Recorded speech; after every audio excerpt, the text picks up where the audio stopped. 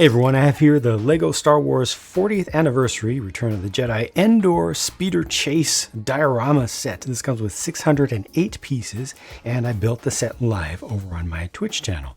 It cost me $80 US, 80, and if you see a view product link on the screen, you can click that to see some places where you can buy it. This has 2 speeders plus the 3 minifigures in total between them. You got the 2 trees there that are represented as cut off here, showing the little bit of reddish interior of the redwood trees. And then the plaque pieces on the front are all printed. So you got the generic LEGO Star Wars one, you have the specific one for this scene, and then an extra block, which is tended to be removable and just collectible for the 40th anniversary of Return of the Jedi.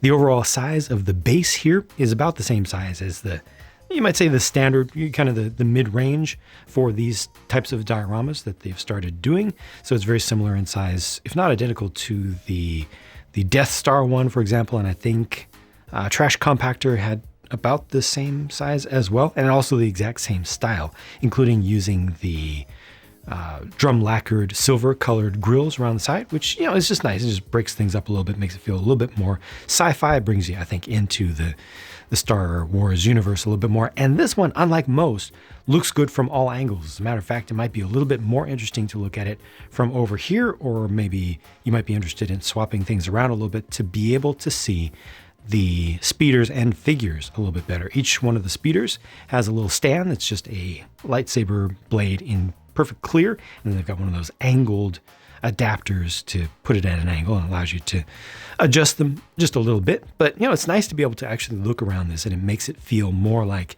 you're getting engaged into the scene, and you can really explore it from different ways. The quote that they used here on the front is not memorable or iconic at all. I don't know what would have made more sense for this particular scene, but that itself is just kind of forgettable, and that's fine. I like the foliage in here, especially the inclusion of so many of the newer fern pieces, which do look kind of like looks a little bit more like a sword fern if they had made larger clumps of them, but I guess it's probably more likely representing bracken, or maybe a combination of the two, but it definitely fits into this scene. And then they tried to make it more lush all around the edges, including having representations of either like some kind of vine or just moss growing on the trees. Also got lichen here. That's the suggestion of lichen, either that or moss, again only on one side, which is exactly appropriate. It's how it actually grows in these particular redwood groves in particular. I grew up walking through redwood groves, not the exact same ones where these were filmed, but almost the same thing in California. So this looks familiar enough to me. The only thing that's not familiar is the large path, but that's just man-made, and it's just kind of trampled in there, and that makes sense. It's medium nougat. There's plenty of it, and it's nice to have the suggestion of kind of a trail going through there. It's a little bit on the wide side, but it needs to be in order to accommodate this big, very, very fast run. If they left the spacing the way it really is in redwood stands, it would not have been ideal. They really had to choose their path. So this works out for me.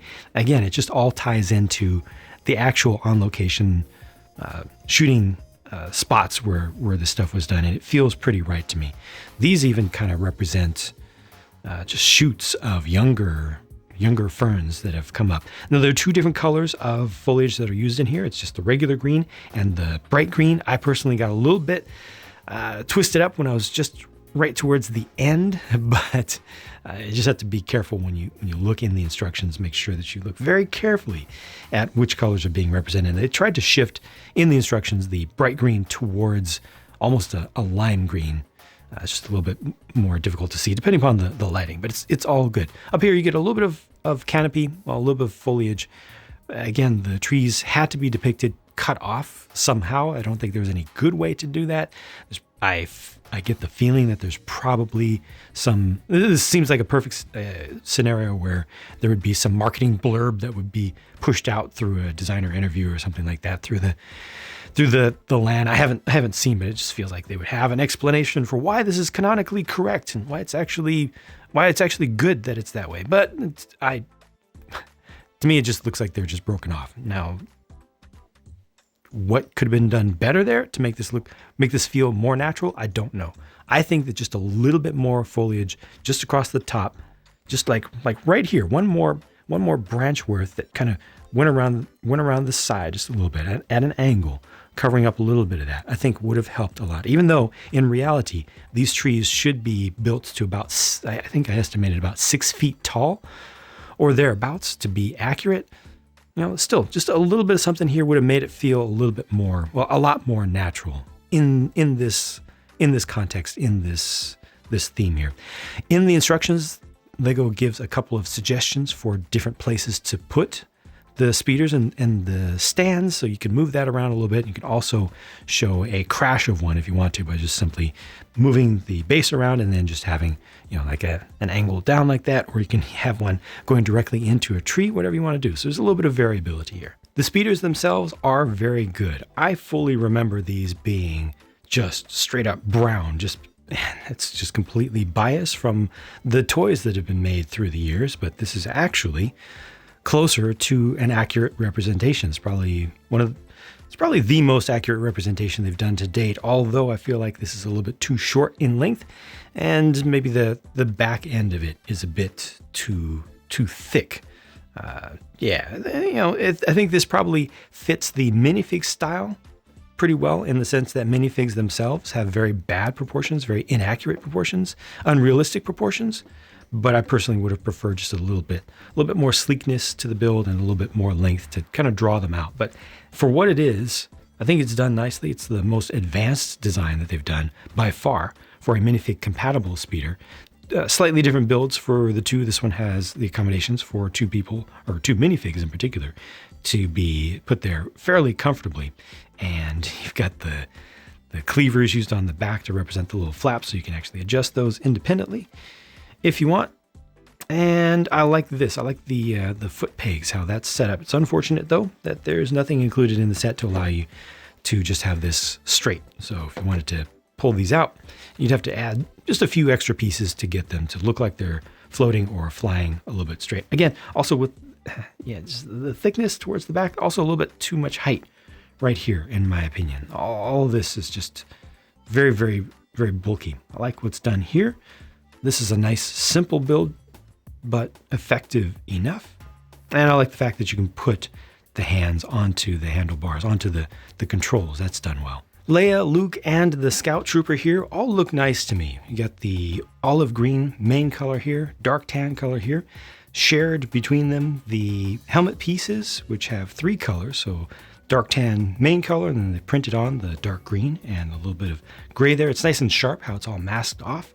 Got a pretty good lightsaber blade here. It's the trans bright green with the drum lacquered silver hilt.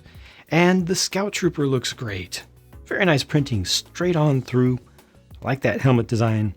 In my head, I still imagine the brim of this helmet design being more squared off, but again, that is bias from previous toys for the most part. This is actually expertly done. It manages to fit with that Lego super deformed style, but still has a lot of accuracy. They did such a better job with that than with the most recent generation of Stormtrooper helmet design. On the back, you could have had another piece to represent the hump backpack there, but I think that print is very good. So I'm happy enough with that myself. And underneath here, get an alternate face. There's another alternate face. And let's see what not angry clone this is. Yeah, look at that. It's just a generic dude, which works. Now, the only thing that could have been better here, definitely, is the inclusion of a little bit of white, just a little white patch for that shoulder pauldron. Maybe one day we'll be able to get those. Here are the only leftover parts, and there was no sticker sheet for this set. So based on my experiences, I needed this to be right. I have some biases. I saw Return of the Jedi in the theater in its original theatrical release. I'm a big fan of the original trilogy. Return of the Jedi, probably my favorite of all the Star Wars movies, period, to date. And again, I grew up literally walking through California redwoods. So there are a lot of things here that I wanted to feel good, to feel right. It would have been easy for this to be a failure for me, nitpicking it apart. But it's a success. I feel good about this. I like it.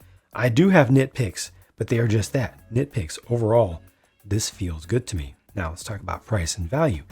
It is $80 US, 80 euros, 70 pounds UK. That's better. Hold on. I need to get you that Canadian price, which is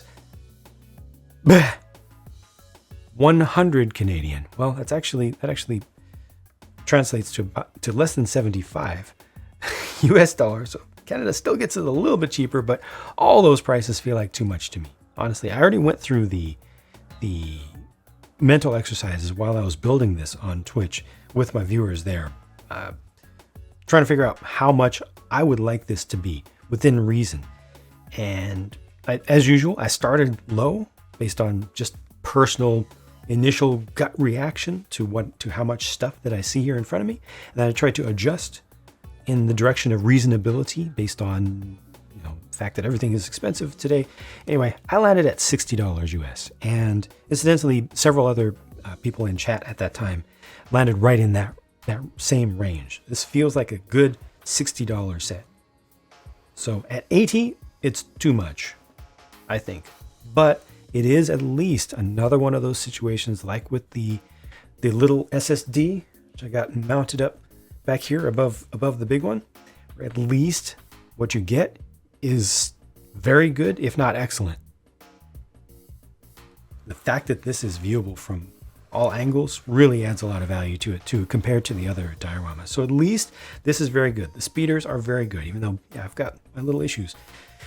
The figures are very good for all the folks who need figures and everything. You don't care about Lego builds and all. They only look at minifigures. Hey, this comes with minifigures. There you go. And they're at least fine ones. No stickers, prints only. It's good. Good parts too. There's so much good here. It just costs too much. So I'm not even gonna beat that dead horse. I think I've shared my feelings. Overall, very positive, except for that one little number. Thank you very much for watching. I hope that you enjoyed this and got something out of it that maybe will help you to come to your own conclusion about this, whether you want it or not, whether it's worth it or not, including if you even disagree with my opinions. Thanks for watching again. I'll talk to you again soon.